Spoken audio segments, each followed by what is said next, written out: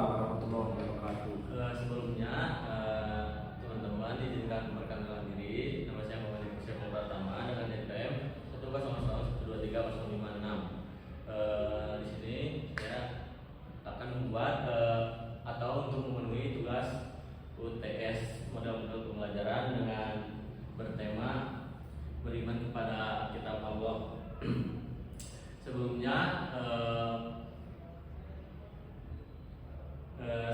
Sebelum mulai pembelajaran kita alangkah baiknya berdoa di hati masing-masing teman-teman.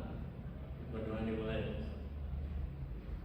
Berdoa selesai, selanjutnya itu sebelumnya Bapak absen dulu untuk sebelum mulai pembelajaran. Sudah selesai, hadir semua ya teman-teman. Untuk selanjutnya yaitu kita langsung ke materi tentang beriman pada kitab-kitab Allah. Yang pertama itu beriman kepada kitab-kitab Allah adalah bagian dari rukun iman yang ketiga. Kemudian kita meyakini bahwa Allah menurunkan kitab sebagai pedoman hidup manusia agar tidak tersesat dalam menjalani kehidupan. Kemudian juga ada pengertian beriman kepada kitab Allah, yaitu boleh langsung ditulis ya, nanti teman-teman lihat di papan tulis. Kitab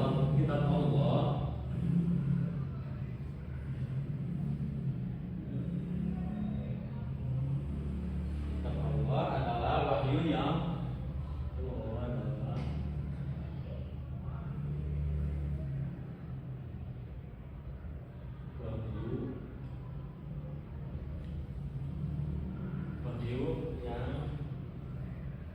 Allah turunkan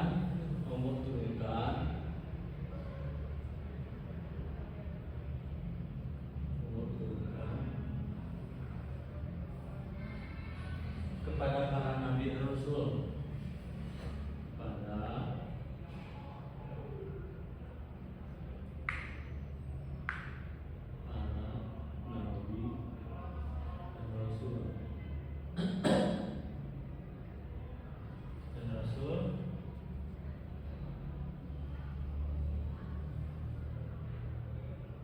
sebagai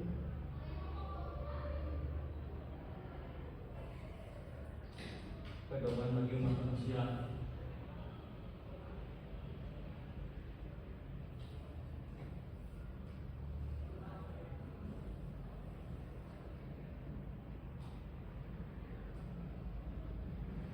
Nah, jadi pengertian beriman kepada kitab Allah itu, kitab Allah adalah wahyu yang Allah turunkan kepada para nabi dan rasulnya sebagai pedoman bagi umat manusia.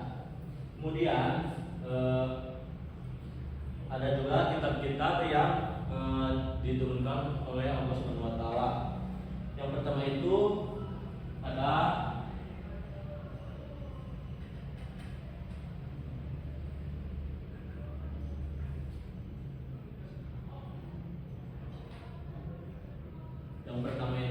kitab Taurat, diturunkan pada nabi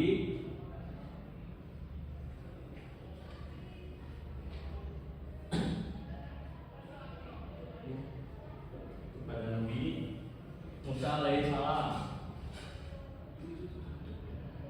Kemudian yang kedua ada kitab Zabur,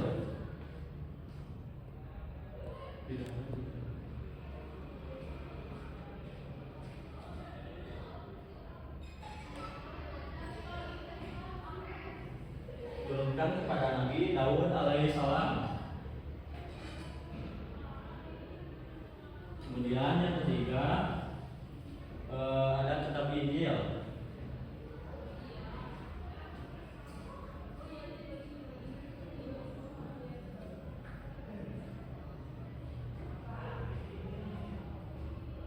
diturunkan kepada Nabi Isa alaihissalam.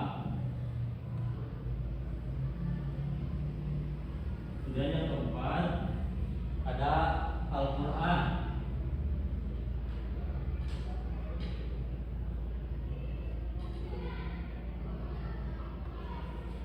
diturunkan kepada Nabi Muhammad SAW.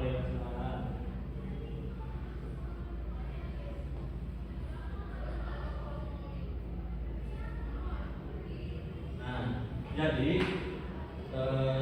kitab-kitab yang diturunkan oleh Allah Subhanahu Wa Taala itu yang pertama ada kitab Taurat yang diturunkan kepada Nabi Musa alaihissalam.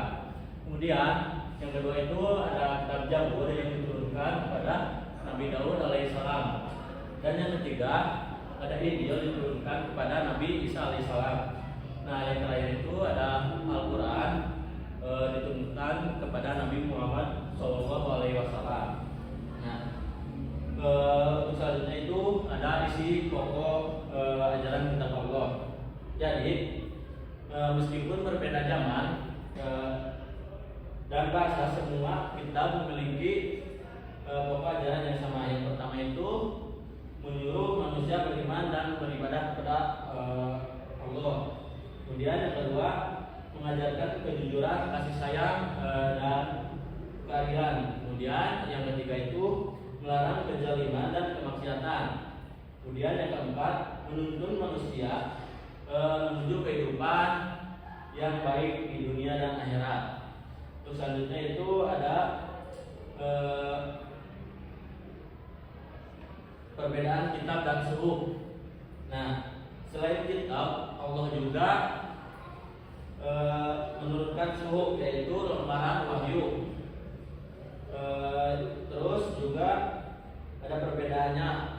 Yang pertama itu kitab berbentuk tumpuan wahyu yang dibuktikan seperti Al-Quran, Injil yang tadi empat ini, Taurat, Zabur, Injil ataupun Al-Quran. Kemudian juga ada suhuf, di mana suhuf itu berupa lembaran wahyu yang berisi pedoman terbatas untuk umat tertentu seperti suhuf Ibrahim dan suhuf Musa. Kemudian ada manfaat beriman kepada kitab Allah. Keimanan kepada kitab Allah membawa banyak manfaat. Yang pertama itu hati menjadi tenang dan damai. Kemudian ada juga hidup lebih terarah sesuai petunjuk Allah. Kemudian ada juga menumbuhkan semangat untuk berbuat baik. Dan terakhir meningkatkan keimanan dan ketakwaan. Dengan memahami ini, kitab-kitab Allah akan lebih mudah membedakan mana yang benar dan mana yang salah. Nah, untuk selanjutnya di sini teman-teman ada yang ditanyakan dulu sebelum ke kesimpulan? Tidak ada. Boleh nanti teman-teman boleh dikaji lagi ya terkait apa yang sudah Bapak sampaikan. Kemudian selanjutnya itu ada juga kesimpulan dari materi yang Bapak sampaikan untuk tema beriman kitab kepada Allah itu. Jadi kesimpulannya, kitab-kitab Allah adalah pedoman hidup yang menuntun manusia menjadi kebenaran, menuju kebenaran. Al-Quran menjadi kitab terakhir dan penyempurna dari semua kitab sebelumnya. Sebagai umat Islam, kita wajib membaca, memahami, dan mengamalkan isi Al-Quran dalam kehidupan sehari-hari. Nah, selanjutnya itu boleh ya kita ice breaking dulu sebelum penutup biar gak menonton kegiatan tadi belajar, biar gak ngantuk juga. Boleh ya kalau ice breakingnya misalkan Bapak sebut sikut, pegang di sikut. Kalau Bapak bilang sakit, pegang di perut. Dan kalau bilang Bapak sikat, misal di depan itu teman-teman taruh pulpen teman-teman. Nah, si pulpen ini teman-teman ambil langsung kalau Bapak bilang sikat. Boleh ya? Langsung saja. Sikut, terus sakit, sikut, sakit, sikat. Nah, ya itu ya paling biar gak monoton teman-teman belajarnya. Ya semoga apa yang Bapak sampaikan bermanfaat bagi teman-teman dan khususnya bagi saya pribadi. Mohon maaf bila ada penjelasan yang kurang jelas. Wassalamualaikum warahmatullahi wabarakatuh. Waalaikumsalam warahmatullahi wabarakatuh.